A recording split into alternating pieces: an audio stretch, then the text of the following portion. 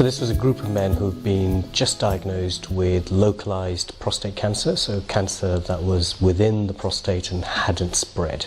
And normally these men would choose between surveillance, monitoring the cancer over time and treating only if it changed and progressed, or quite radical surgery which removed the entire prostate, or radical radiotherapy which irradiated the entire prostate. It was a theoretical study, so we gave them just after they were diagnosed and before they made a final definitive treatment decision, we gave them a number of scenarios to choose from. So we said in scenario 1, treatment A, for instance, was radical therapy and would carry a 20% risk of incontinence, a 50% risk of erectile dysfunction and so on, versus another treatment that would carry a 5% risk of incontinence and a 10% risk of erectile dysfunction, but there was a slight difference in survival benefit. So the treatment that had less side effects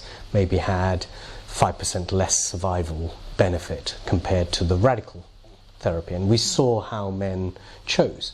And then a different scenario would change those percentages slightly to see whether men flipped in their decision making. So what we found is, in this discrete choice experiment of just over 600 men, that men were willing to trade survival benefit if treatments carried a lower risk of side effects in the long term. So men were willing to trade up to 5 and sometimes as much as 15% of survival for less incontinence and less erectile dysfunction. We do have consent to see what they eventually chose, but we haven't unfortunately yet done this in this study. So I think it's very important for physicians to realize the impact and the implications of this data.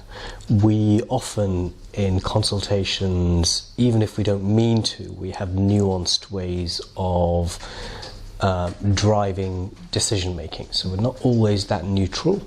We can sometimes push men one way or the other to certain types of treatment, or treatment rather than surveillance. And I think it's very important for physicians to realize that yes, in our minds we want to cure cancer, but in men's minds not all of them want to cure their cancer at any cost. And it's very important to give very clear information on the benefit of the treatment, which is small, and the impact on quality of life for that man, which can be quite high. So I think any cancer where we have an overdiagnosis and over-treatment burden would probably have similar findings, and it's worthwhile doing research in that. So breast cancer has an overdiagnosis, overdetection and overtreatment issue because of screening, and that's recognized to the point where people are debating quite aggressively about whether we should even do screening or not, because it finds lots of indolent cancers and the harms of mastectomy or even lumpectomy and subsequent radiotherapy have to be weighed against the potential small benefit for survival.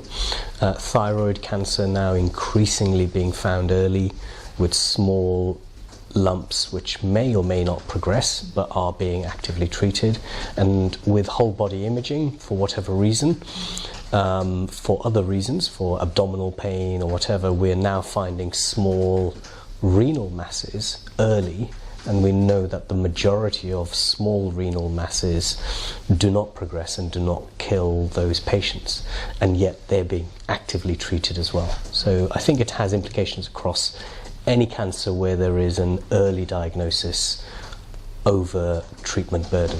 So next for me is developing strategies to identify those men who definitely do warrant treatment and diagnosing those men early. So we're running large diagnostic studies looking at new biomarkers in the community and in secondary care. We're also looking at imaging tests that can find aggressive tumours early compared to the standard way we diagnose.